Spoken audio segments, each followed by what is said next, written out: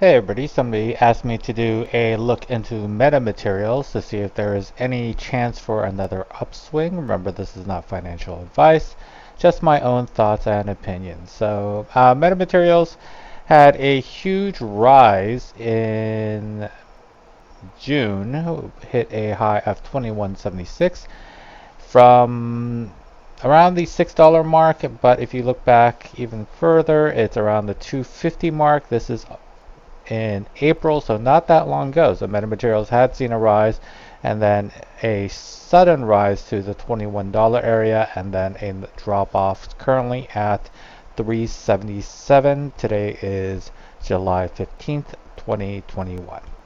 So what caused this huge rise? It was a merger with a company called Torchlight. They were in the energy industry. Metamaterials, they create different materials for scientific use and for industrial use. We will go a little bit into their products after we look at this chart. So metamaterials, it hit this rise and then you see this huge sell-off and then the drop after the merger.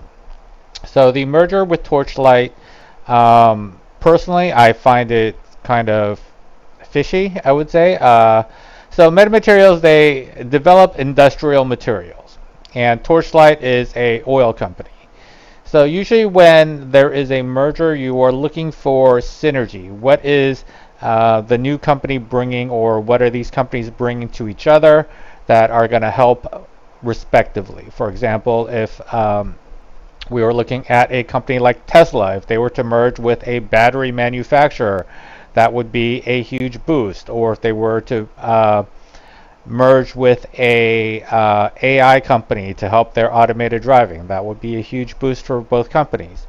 But in the sense of metamaterials and Torchlight merging, there really is no synergy, especially since Torchlight and their holdings and everything that they are is going to be liquidated.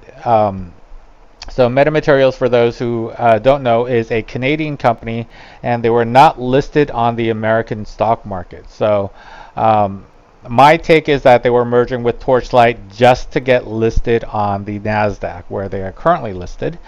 And Torchlight, if you look at them, they were looking for a bailout. Torchlight was a company that was not doing well in any sense of the word. They were probably going to go bankrupt very soon.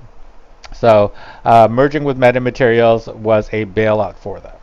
And we can look at some of the data there. So we'll look at Torchlight. This is from the Stuttgart because Torchlight, again, is no longer a company. But we can look at their numbers. This is their income statement. So they've been losing money year over year. And they have not been doing well. They do have some assets. If we look at their balance sheet, they do have total assets of 32 million. This is in the thousands, so 32 million. But they do have debt, and their tangible book value was only about 12 million, which is problematic for a company that is listed on the NASDAQ or whatever, where they were a company that was just constantly losing money. They weren't doing really anything. This boost to their price, remember this is in euros and not dollars. This boost to their price was mainly because of the merger news, which started in December and then finally culminated just last month in June. So Torchlight was a company that was having issues, and Metamaterials pretty much bailed them out in converting shares to metamaterial shares so their board can continue. And the, I guess, agreement for the shareholders of Metamaterials was that Torchlight would sell their assets and those assets would be given as a dividend. That is for me, if I were a shareholder, there are good and bad points about this. First of all, Meta Materials itself is not a profitable company. So if you are selling assets, I would actually prefer those assets go to growing the company versus awarding shareholders, especially since it is not a company that is making any money. But for a lot of the shareholders, especially if they were buying in the teens, I'll bring up Webull again. So if they were buying anywhere here, they're looking for some kind of payout. And they've been kind of holding and stuck with this, waiting for some sort of payout to recoup some of their losses. Now, if you look at the actual materials concerning the asset sales, this is the sale of land, and these are, I'm assuming they're oil fields for Torchlight. So Torchlight is selling oil fields, oil land, and whatever proceeds they gain from that, minus administrative costs and fees and all that, will be given to shareholders as a dividend. But the documentation says that if that is not done by December 31st of this year, then those will be, again, traded or changed to a different share type, but the dividends could be canceled. Now, here in the U.S., buying and selling oil land, real estate is kind of a different thing, where if you're buying land because you want to build a house and it has a great view, you don't really need to do too much analysis on that land. But if you're buying oil land or anything with mineral rights or anything like that, you're gonna want to actually see, is there any value underground before you purchase that land, because you don't really care about the land itself, you care about what's underneath that land. And that kind of study could take months. So this process of selling that land, those assets, can take quite a long time. First, you'll need to find a buyer or willing buyers. They'll have to do studies. And then when it comes to time of the sale itself, because these are oil lands, you are going to hit a lot of regulations and restrictions from the government. They're going to want to do environmental impact studies. There are probably going to be groups who are going to protest this. So getting that sale done by December 31st, I think, is going to be a really long shot. I don't really think it's going to happen by December 31st. If it does, I would consider that a minor miracle. And if it does happen, you guys get your dividends. Awesome. But other than that, I would say that that is a questionable thing to happen. So Meta Materials, I did go to their webpage. Here we go. They do have a nice looking webpage. And one of the things that I noticed was Meta Materials, they have their official Twitter account here. It's Meta Material Inc. But a lot of people were referencing Meta Material News as a source. Meta Material News is not linked to either Torchlight or Meta Materials. So they say it right here, not associated with Torchlight Energy or Meta Materials. And if you do look at any of their tweets, it's a good thing that they're not associated with these companies, because it would be considered market manipulation. A lot of these tweets are just trying to hype up the stock for whatever reason, hype up those companies. And I would take anything any tweets issued by Meta Material News with a grain of salt. Some of it might be true, but I think a lot of it is just hype. Well, let's look at Meta Materials again, and we can look at their leadership. So their president and CEO is George Palikaras. And looking at George Palikaras, so we'll look at George Palikaras and his LinkedIn, deep tech entrepreneur, Greater Halifax. So he's the founder and president and CEO of Meta Materials in 2011. So he's been there for about 10 years, and we'll see what kind of other experience he has as a executive entrepreneur. He was the founder of MetaWise, medical wireless sensing in the UK. We're going to have to keep this in mind. He was a visiting fellow. So if you look, no real executive experience before Meta Materials and also MetaWise. And we'll look for their Themos Kalos. So Themos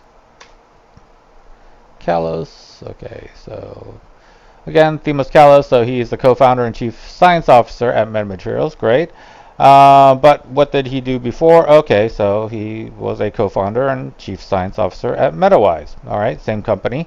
And before that, no real experience. He was a research scientist and so forth, but no real corporate experience. So far we have two of the founders of both Meta Materials and MetaWise who aren't very experienced in the business world. I will say that they might be qualified in the science fields, but in the business world, maybe not so much.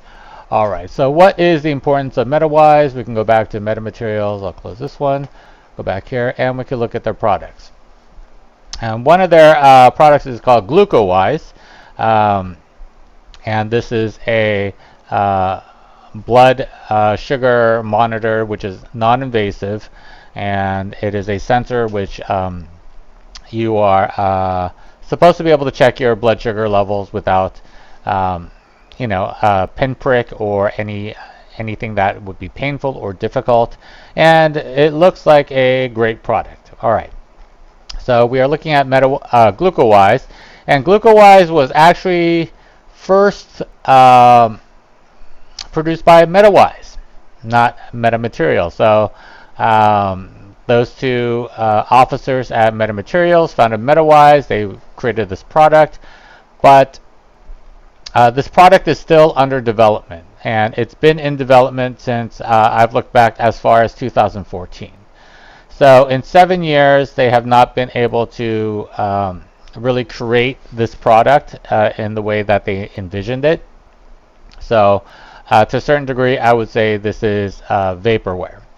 There are companies that have developed kind of revolutionary blood sugar sensing capabilities. Senseonics is one of them, and they are actually going through FDA testing. They have products on market.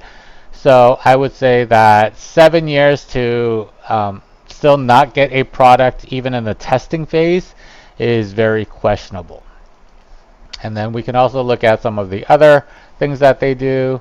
Meta Air is a laser reflective glass that they developed, and this is considered one of their great products. And they did have a contract with Airbus, one of the largest aircraft manufacturers in the world. But this was in 2017, and we have not really heard anything about this product or how it has been commercialized or how well it is doing. And let's see, we can look at some of their other products. They have something called NanoWeb, Hollow Optics. So they have 4 different products which have not really come to market, which have not really found buyers, and which really has not done anything for them. Now, one of the things about their products is that they're all very kind of different. So they are working with materials which go beyond their natural capabilities, but Hollow Optics is for holographic optical components. They have Meta Air, which is for reflecting lasers. They have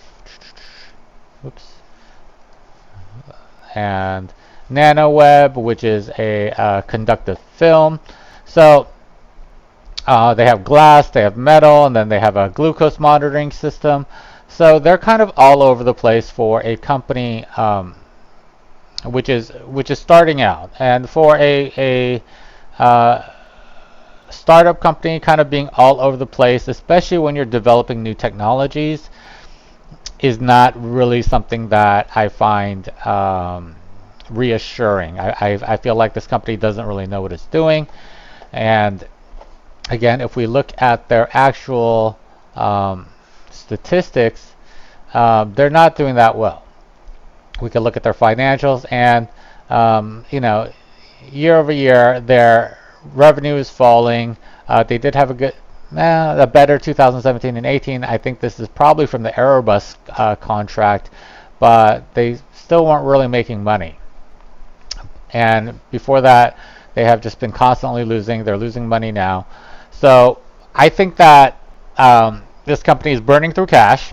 They need more money. So one way to get more money was to get listed on NASDAQ. So that's why the merger with Torchlight was so important for them, just to get listed. But I kind of, I'm kind of getting a feel that this company is maybe not able to produce anything. That they are kind of a vaporware company. Theranos comes to mind when I look at them, where you have a executive staff which isn't very experienced. They have yet to put any product to market from either this company or their previous positions. So they might be able to revolutionize the material space, but before they put something out, I would not be willing to invest in them. This 380 price, I would say, is still high. If we look at the analyst, it does say hold, but they are predicting a target price of 270, and this is just one analyst. This is not a company that I think people that retail or institutional investors are really confident in. Maybe when it was, cheap just last year, it was under 50 cents. So at that price, maybe it's worth buying a couple hundred shares and seeing where it goes as a penny stock. But when we're talking, several dollars here, this is not something that you really, or I would want to take a part in, especially since they're losing money. Their revenue is extremely low, and their current valuation, their market cap is at $1 billion. Just a couple weeks ago, this was at like 5 or 6 billion. This is not a $5 or $6 billion company when their revenue after 10 years is pretty much, the amount of a small business. So for those who are invested in this, I feel your pain.